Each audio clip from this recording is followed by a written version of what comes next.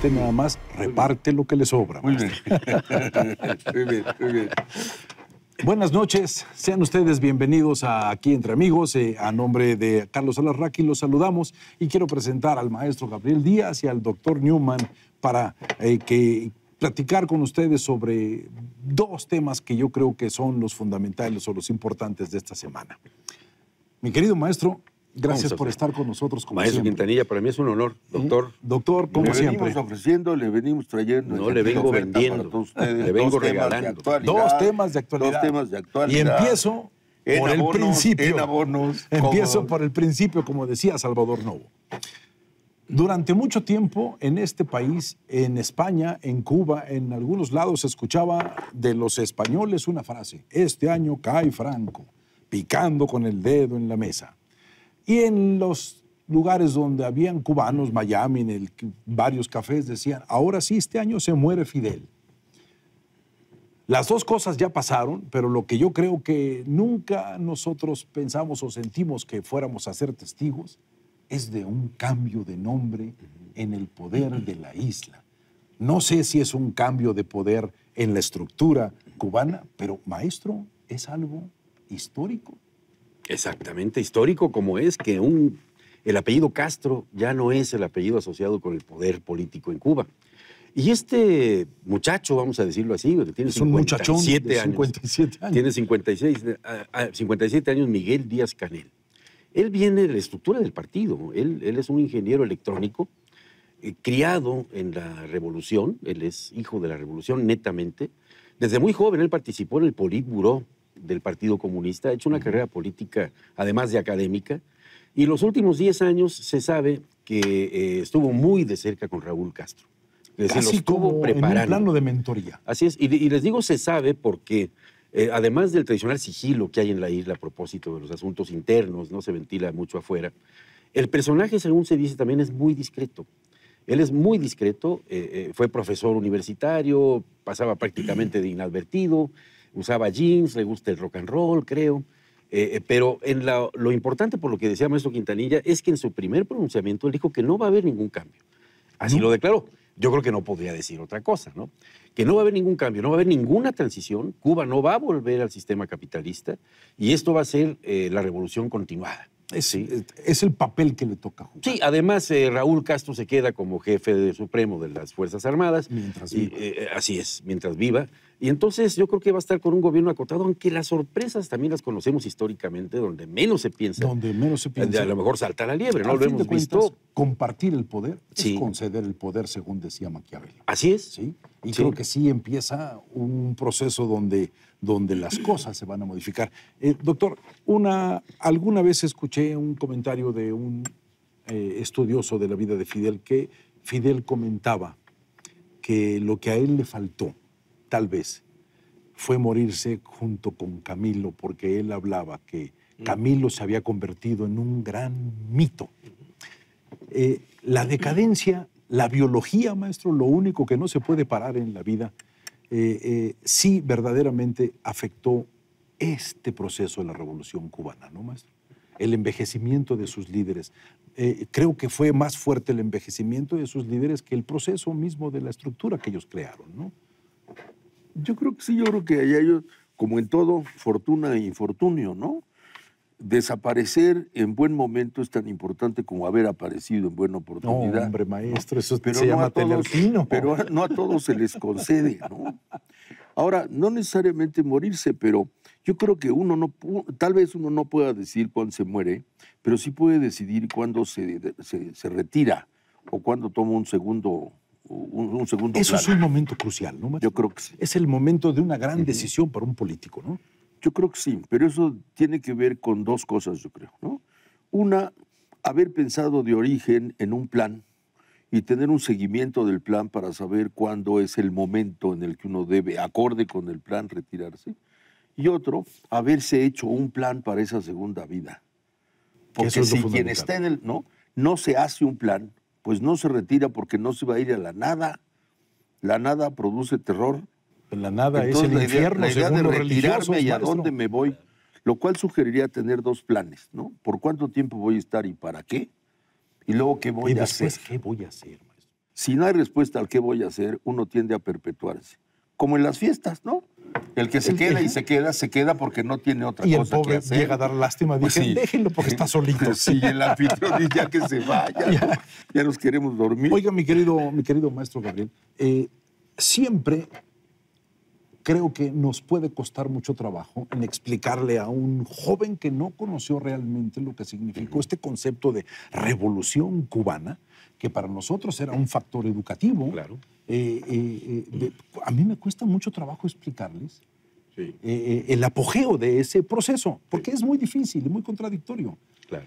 Maestro, ¿usted cómo sintetizaría en lo que fue Cuba para América? Claro, y yo recomendaría además echarle un ojo a lo que significaron esos años en el continente y muchas partes en el mundo. Como los más importantes. Exactamente, 65, los últimos 80, 50, los primeros 60, que hubo movimientos en Berkeley, en Estados Unidos, el Mayo francés, la Primavera de Praga. Exactamente. En México había este entusiasmo estudiantil que, entre otras cosas, llevó a la tragedia de Tlatelolco. Las imágenes que los jóvenes de aquel tiempo teníamos eran las imágenes de Cuba. Teníamos al Che Guevara presente. Claro. Teníamos la Revolución Cubana como una esperanza. Maestro. Como una esperanza, como una alternativa viable, ya que en Cuba había sido viable escaparse del imperialismo, pues ¿por qué no en el resto del continente, no? Y se miraba la revolución, hay que decirlo con el maestro Monsiváis, de manera acrítica, ¿no? Nosotros aprobamos el comunismo de Fidel de manera acrítica, porque para nosotros era un ejemplo posible. De dignidad humana, maestro, humana. Cuando el cubano vivía todo lo contrario. Exactamente. Entonces, explicarle, tiene usted razón, a un joven que en ese momento significó una gran esperanza, cuando ya estamos viendo esta fase de la Revolución Cubana, pues que no cambia, está atorada. Cuba está en una terrible situación, que yo creo que, entre otras cosas, es la que va a motivar al joven Díaz-Canel a cambiar. Porque la crisis de Venezuela ha provocado que pues, menos de la mitad del suministro de petróleo que le mandaban puntualmente el régimen venezolano ya no cuente con ello en Cuba. Cuba lo refinaba y hasta lo revendía.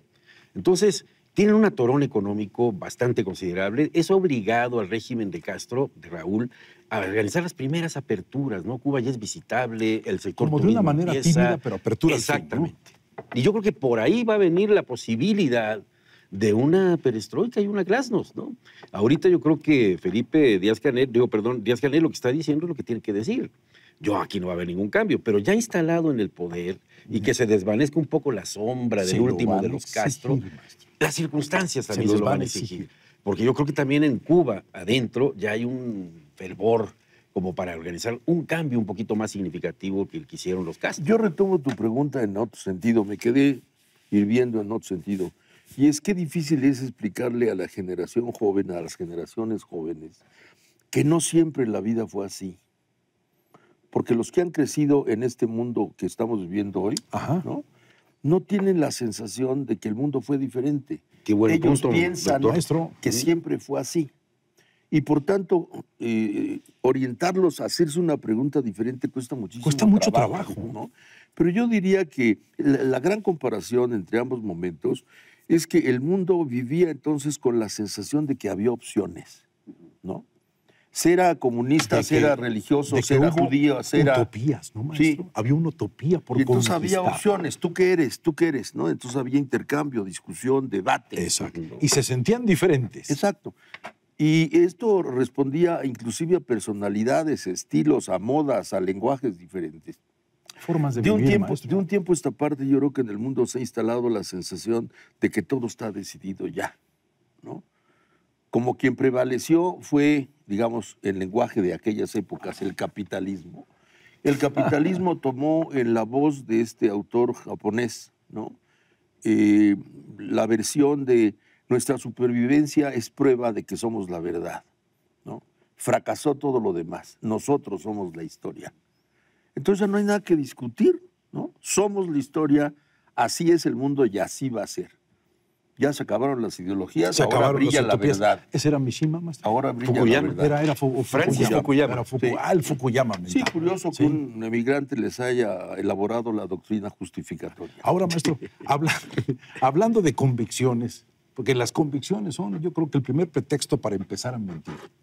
Yo creo que tenemos que crearnos una convicción para tratar de entender que los debates que tenemos valen la pena, ¿no, maestro? O sea, yo fui testigo el pasado martes o miércoles, no recuerdo, miércoles, pues de algo muy insensato, maestro. Algo muy insensato. O sea, oí hasta una candidata que tuvo un problema para estructurar su idea porque o no es posible que ella pueda creer que realmente es reprobatorio que alguien se suicide en el metro. Porque le para el tráfico y llega tarde la gente. Yo creo que no quería decir eso. Pero entonces, lo dijo y tal maestro, cual. ¿qué estamos esperando de eso que llamamos debate? Sí. Lo que pasa es que creo que el formato no ayuda mucho. Porque por más estructurado que lleven su discurso, pierden demasiado tiempo en descalificar primero a los adversarios, que ya no les da tiempo de plantear sus ideas para que de verdaderamente se debatan, se viertan ahí, se controviertan, que para eso es. Y la verdad que sí llamaron la atención esas cosas que yo llamo ya grotescas, ¿no? Es decir, candidatas poco preparadas. Maestro, poco preparadas, una señora, la Lore, dubitativa. que la dijo Lore. la primera candidata ciudadana a esta ciudad. Hombre, qué bonito. Sí. Mire, Sí. yo siempre he pensado que en un debate es uno contra uno. Ujú. Y hay un tercero que sabe que lee las emociones de esos que están ahí para ver si lo puede seguir. ¿Sí? ¿Qué razón? Usted, con tantos años de conocimiento y viendo tantos debates, ¿qué podemos esperar de estos debates si lo que priva es una insensatez donde nadie se escucha? Yo creo, para tristeza mía, y convoco al auditorio a que a lo mejor le gusta mi idea, que la respuesta es nada. Y voy a explicar por qué, ¿no? Porque hay cosas absurdas, ¿no? A ver, imagínate que tuviéramos una competencia entre 8 equipos de fútbol y alguien dijera, ¿y por qué no ponemos a los 8 a jugar al mismo tiempo?